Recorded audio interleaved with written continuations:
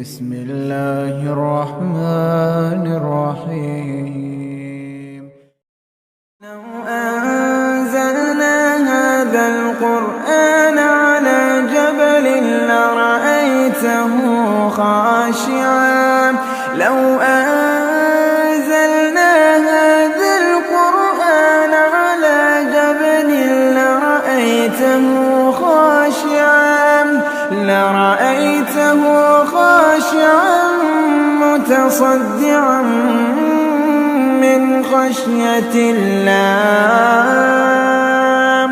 وتلك الأمثال نضربها للناس لعلهم يتفكرون.